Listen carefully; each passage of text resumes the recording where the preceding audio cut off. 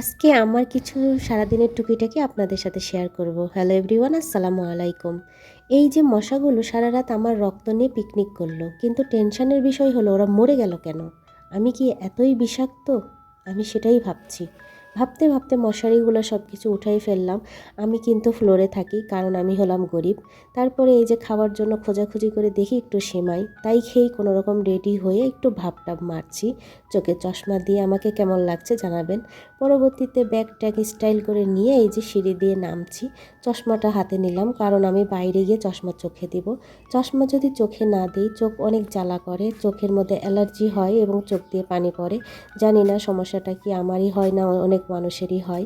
তো সেখান দিয়ে আস্তে আস্তে সুন্দর করে আগাচ্ছি। এই যে আমাদের যে রাস্তাটা, এটা কিন্তু মাটির রাস্তা। বৃষ্টির সময় এখানে খুব সুন্দর বৃষ্টি আর কাদাতে ভরা থাকে। পাশে খুব সুন্দর ছোট্ট একটা মসজিদ। মসজিদটাতে লাইটিং করেছে। সামনে এই যে কিছুদিন আগে ঈদ গেল না, পেছন দিকে ঈদ চলে গেল, সেই ঈদে আমি আবার সামনে বলছি, ভুল হতেই পারে।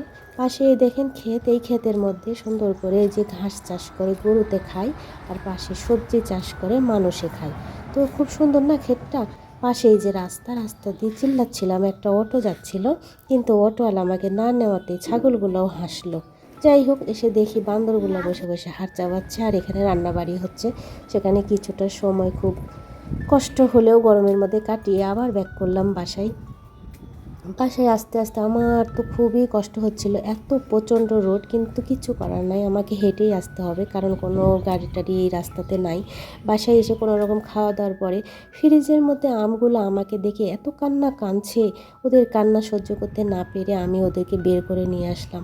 আর আম বের করতে গিয়ে দেখি কি কিছু কিছু আম মান অভিমানে সুইসাইড করতেছে। আমি তাদেরকে অনেক বোঝাই শোনাই, সুন্দর করে পরিষ্কার করে কেটে কুটে ধুয়ে নিয়ে এসে খাওয়া শুরু করলাম। আশা করি সবার অনেক ভালো লাগছে আমার এই টুকিটাকিগুলা। সবাই সবার পাশে থাকবেন। আমি সবার পাশে থাকার চেষ্টা করব। আমার জন্য সবাই দোয়া করবেন। সবাই সুস্থ থাকবেন, ভালো থাকবেন। আল্লাহ হাফেজ।